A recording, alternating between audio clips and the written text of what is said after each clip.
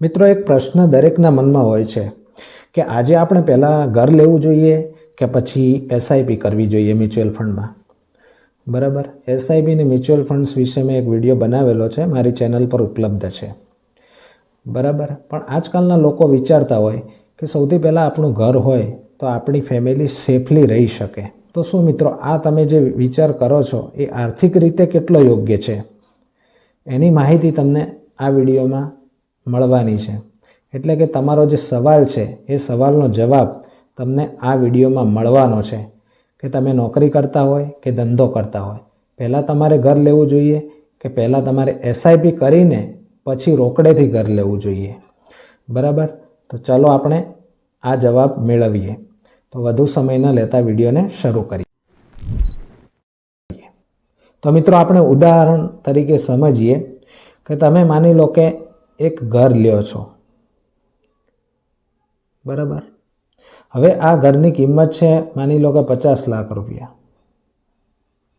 હવે 50 લાખ રૂપિયા આ ઘરની કિંમત છે તો તમારી પાસે એટલા રોકડા તો હોય નહીં, એટલે તમે જશો બેંક પાસે. હવે બેંક કહેશે કે અમે તમને 50 લાખની પૂરેપૂરી લોન નહીં આપી શકીએ, અમે તમને પ્રોપર્ટીના 80% સુધી લોન આપી શકીશું. એટલે બેંક તમને આપશે 40 લાખની લોન. સાથે જે 10 લાખનું જે બાકીનું પેમેન્ટ છે એ તમારે રોકડેથી ભરવાનું રહેશે.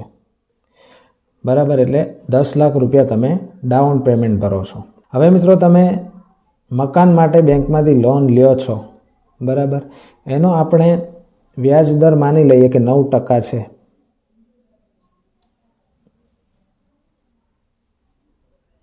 એટલે મકાનનો દર મહિને હપ્તો આવશે તમારો 35,000 રૂપિયા. હવે આ 35,000 રૂપિયા તમારે દર મહિને હપ્તાના સ્વરૂપમાં ભરવા જ પડશે. હવે મિત્રો, તમે જે આ લોન લીધી છે એનો સમયગાળો છે 20 વર્ષ માટે. હવે મિત્રો, 20 વર્ષ સુધી તમે સતત હપ્તા ભરો છો તો તમારી ટોટલ રકમ ભરાઈ હશે 86 લાખ રૂપિયા. 20 વર્ષમાં તમારી રકમ 86 લાખ રૂપિયા ભરાઈ ગઈ હશે. બીજું, વાર્ષિક 1 લાખનું તમે મેન્ટેનન્સ ગણી લો. હવે મિત્રો, 20 વર્ષમાં આ જે તમે પ્રોપર્ટી લીધી છે એનો ગ્રોથ તમને મળે છે 6%ની આસપાસ. તો આ પ્રોપર્ટીની તમારી વેલ્યુ હશે 20 વર્ષ પછી 1.6 કરોડ. એટલે આ મકાન તમે જે લીધું છે એ તમને પડશે 1.6 કરોડની આસપાસ.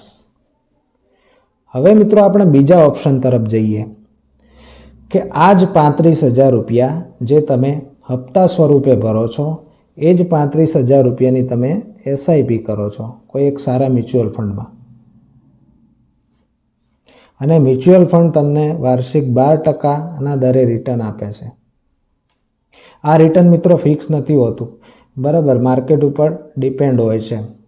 એટલે તમારે એક્સપર્ટની સલાહ લઈને જ મ્યુચ્યુઅલ ફંડમાં એસઆઈપી કરવી. હવે મિત્રો, 20 વર્ષ સુધી તમે જે મ્યુચ્યુઅલ ફંડ્સમાં એસઆઈપી કરી છે એમાં તમે ટોટલ રોક્યા છે 86 લાખ રૂપિયા. બરાબર. અને તમારી એસઆઈપીની જે વેલ્યુ થઈ ગઈ હશે 3.3 કરોડ.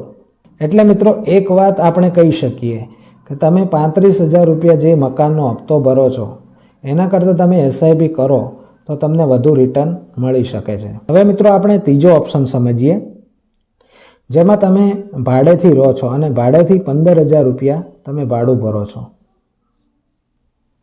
અને બાકીના જે 25,000 રૂપિયા છે એ તમે એસઆઈપી કરો છો. તો પણ એસઆઈપીની વેલ્યુ તમારી થઈ ગઈ હશે 20 વર્ષ પછી 2.3 કરોડ રૂપિયા. એટલે મિત્રો, તમે એસઆઈપીમાં સ્માર્ટ ઇન્વેસ્ટમેન્ટ કરો છો, લાંબા ગાળે ફાયદો જોવા મળશે. એટલે મિત્રો, હવે નિર્ણય તમારા હાથમાં છે કે તમારે પહેલાં એસઆઈપી કરવી છે કે પહેલાં તમારે મકાન ખરીદવું છે. કારણ કે એક યોગ્ય આર્થિક નિર્ણય એ તમને ઘણા મોટા નુકસાનમાંથી બચાવી શકે છે. હવે મિત્રો, તમે તમારી ઈચ્છા મુજબ જ્યાં તમારે ઇન્વેસ્ટમેન્ટ કરવું હોય ત્યાં કરી શકો છો. મારી કોઈ પણ પ્રકારની રિકમેન્ડેશન નથી. જો મિત્રો તમને આ વિડીયો ગમ્યો હોય તો વિડીયોને એક લાઇક કરી દેજો અને મારી ચેનલ પર નવા હો તો ચેનલને સબસ્ક્રાઈબ પણ કરી દેજો, કારણ કે હું ફાઇનાન્શિયલ ફ્રીડમના આવા અનેક વિડીયો મારી ચેનલ પર અપલોડ કરતો રહું છું. જય હિન્દ, જય ભારત.